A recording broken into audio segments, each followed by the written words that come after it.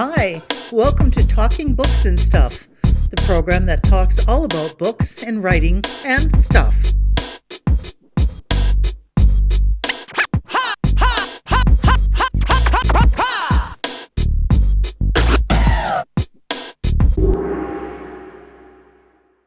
Here's your host, Dennis Rimmer. Hi there, it's Dennis back again for Talking Books and Writing and Stuff here in the middle of June of 2023, talking today with, from the West Coast, Sam Wiebe, a noted author, lots of detective stories. The one we're talking about today is Sunset and Jericho. But first, Sam, thanks very much for doing this with us today. I don't want to take away too much of your time from your writing gig, but thanks for joining us. Oh, it's my pleasure. Thanks so much for having me. So, tell us a little bit about your background, Sam Wiebe. Where'd you grow up? Where'd you go to school? That kind of stuff. Well, the answer to all of those questions is Vancouver. I was born here and grew up in the Lower Mainland, and that's kind of why I set the books here. It's just to kind of, it's the city that I know the best. And your writing career, did that start at an early age? It really kicked in grad school, where I was going to school to be a technical writer, and I realized that if I didn't write a novel now, I was never going to do it. So I just took the time out of my degree and probably did worse academically than I should have. But I finished a novel, sent it out. It wasn't that good, and then I wrote another one, which eventually got published. Aha. And then the rest is history, as they say. Yes. Yes. Okay. So Dave Wakeland is the protagonist in the Wakeland novels. Do you have anybody or anything that was an inspiration for his character? Oh, absolutely. I mean, he's definitely in the private eye detective tradition. So Jim Rockford from the Rockford Files was a huge influence. Philip Marlowe, obviously from the Raymond Chandler novels, and then the detective novels that I grew up reading in the 90s by Sue Grafton and Walter Mosley. I mean, they were all huge influences. And then his background in growing up in East Vancouver, kind of a working class guy, is similar to mine. And that's Dave Wakeland. So who is he? How would you describe Dave Wakeland in an elevator meeting, so to speak? Well, I feel like he is the kind of guy who's on the side of the underdog. He almost can't help himself but get involved in cases which are long shots, which feature, very powerful and usually, quite dangerous opponents. But he's somebody who's, just categorically compelled to find the truth in a situation, and will put his life and his health on the line to do that. Now, are there actual PIs in the Greater Vancouver Lower Mainland area who are like Dave Wakeland? Well, he's pretty singular. There are actual PIs, and I've done research on the actual procedure. But it also comes out of the detective story tradition, which tends to be kind of a lone operator who gets to move through the different social classes. That's really what drew me to that genre. So the book that we're talking about especially is Sunset and Jericho. What's that, number 4 in the series? Yeah, 4, and it's the best one, I think. Yeah, it just rips right along. That's certainly true. And it talks about class warfare. So you're in the Greater Vancouver Lower Mainland area. And to tell you the truth, I don't know how anybody can afford to live there. How do people afford to live there? Well, the short answer is they don't. And that's really what the book is about. Wakeland is somebody who's watching everybody he knows get pushed out of the city through gentrification, the housing crisis, and the bad guys in the story are motivated by something similar, and they turn to violence against the elite class to kind of register that as a form of protest.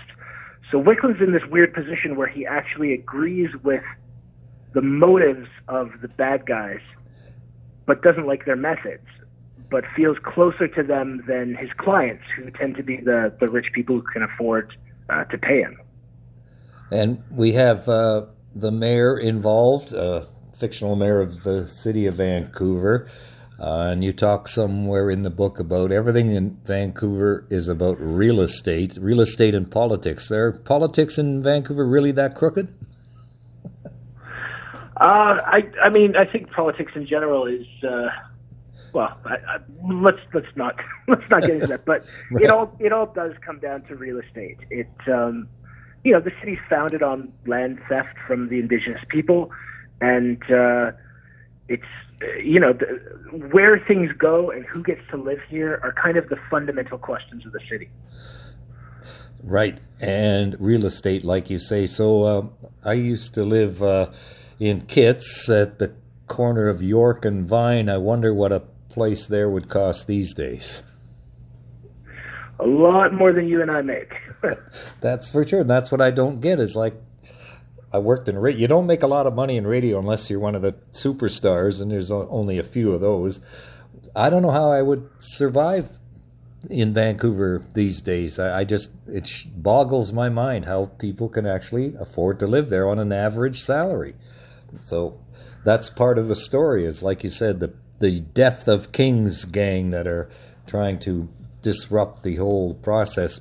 But is it just a bunch of places that are torn down for the lot? And one of the lines you have is, I'm sort of getting carried away here, but you don't need $1 million to live here. So that's ridiculous. I don't get it. Yeah. That was an actual billboard that went up a few years ago. This company that was saying, we have lots of places you can afford in the $800,000 or $900,000 range, which is still leaps and bounds out of the average person's affordability. Oh, it's crazy. So back to Dave Wakeland and the Sunset and Jericho book. Now, Dave, Sam Wiebe, do all PIs have to be sardonic and cynical?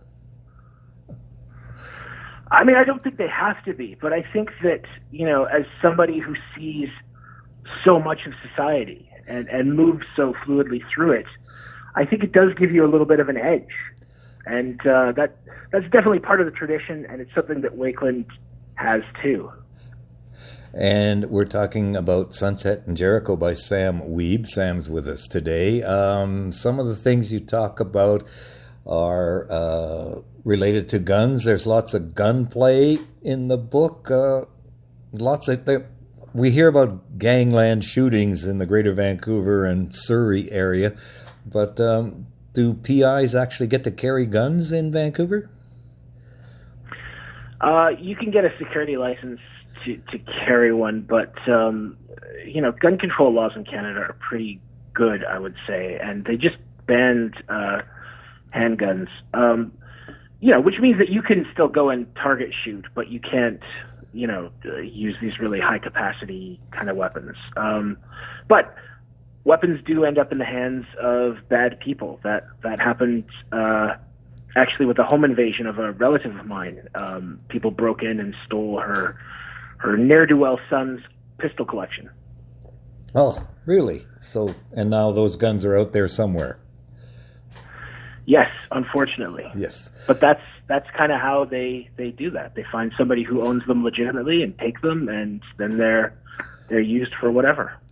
Yeah, that's sort of the debate that goes on when the legal gun owners say, well, we're not the problem. People steal our guns. That's the problem, not us. But yet they're the ones who are sort of targeted by the laws. And this debate could go on forever. So we'll leave it at that.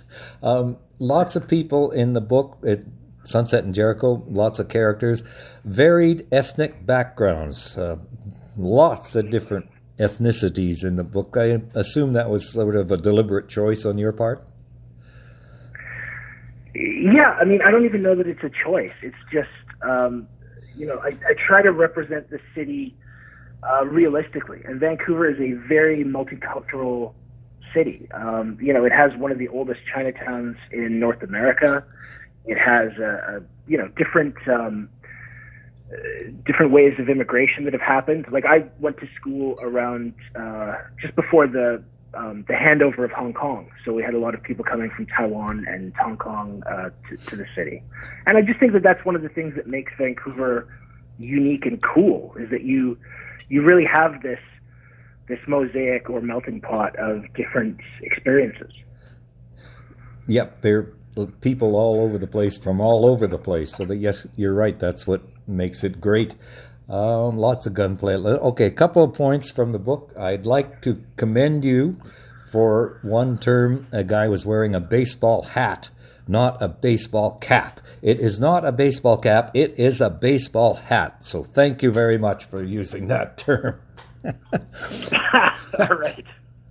However, on the other hand, Mr. Wiebe, we had a guy with a watch cap, not a toque. Why was that?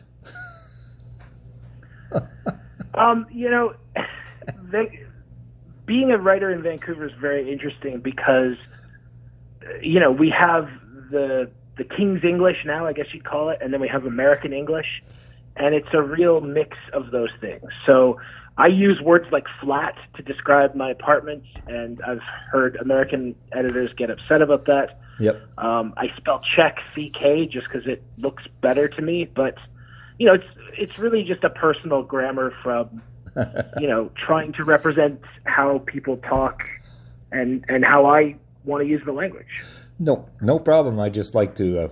I was just thinking I could annoy you a bit with that in a good-natured sort of way. Another part you talk about, you're going down Hastings from East Van down Hastings, went to the Waldorf, the Astoria, the Grand Union. I have frequented those places in my past, so I'm glad to see they're at least still going on. Another, which leads me to talking about SROs, which I didn't know what they were. I kind of said to myself, must mean single room only or something, but it's single room occupancy, and a lot of those are disappearing, you say. Yeah, those tend to be pretty ramshackle and not always well kept up. But there's just such a crunch for housing that people want to get in, and the housing companies are really, or the corporations are really under stress to, maintain them or to have them torn down and put up condos that nobody can afford. So it's a real tough situation. Yeah, and you also talk about jailhouse napalm. So, people can read the book to find out what it is. How'd you find out about that? It was a little bit of research and, not personal experience, thankfully. Oh, good. Okay. And let's get back to the writing career. Do you have a set routine? Like every day you do such and such? Yeah, I wake up every morning really early because my wife is an electrician. So she leaves, like I make coffee and lunch for her, and then she goes to work. And I just start working in the morning. And I write by hand, I type it up at the end, and then print out the manuscript when it's done and revise that ad nauseum until I can't stand the sight of it. And that's kind of how I know it's done. When you can't stand it anymore. Yeah. So why do you write? There's lots of other ways to make a living that are a lot more secure, I think, than being a writer. So why do you write? Oh, it's so fabulously financially rewarding and stable and good for your ego and, just fun at parties. No, it's right. It's just kind of a compulsion, I guess. But it's also something that I feel like writing and books are really important, and they're important in a very unique way, which is that they don't mean anything until somebody reads them. So they have this very personal power, and I just, books have been important to me. I love reading them, and to get to contribute to that is pretty awesome. What do you have planned next? Is there another Dave Wakeland book in the works, or has he moved on? What have I got planned next? I just finished this one. Sunset in Jericho is, I don't know if this is going to be the last one or not, but it builds to a very pivotal moment for Wakeland, where he has to decide whether he wants to stay or go, Right. whether he wants to still be a PI or not. Right. So I don't want to ruin that for anyone right now, but Yeah. I will have news about the series coming up, and they can always subscribe to my newsletter and find out as soon as there's an announcement. And the website is samwiebe.com, I take it. That's the website, and samwiebe.substack.com is the newsletter, and they can sign up or just read it right there. Right there on Substack. Okay, well, Sam Wiebe, thank you very much for joining us today, and continued good luck. Thank you so much. It's been my great pleasure. Thank you for visiting with us today. This is Talking Books and Stuff with Dennis Rimmer. Contact him at dennis@talkingbooks.tk. Thank you, and may all the good news be yours. Oh, and don't forget to check out his book, The Great Canadian Notebook, available across Canada and at amazon.ca.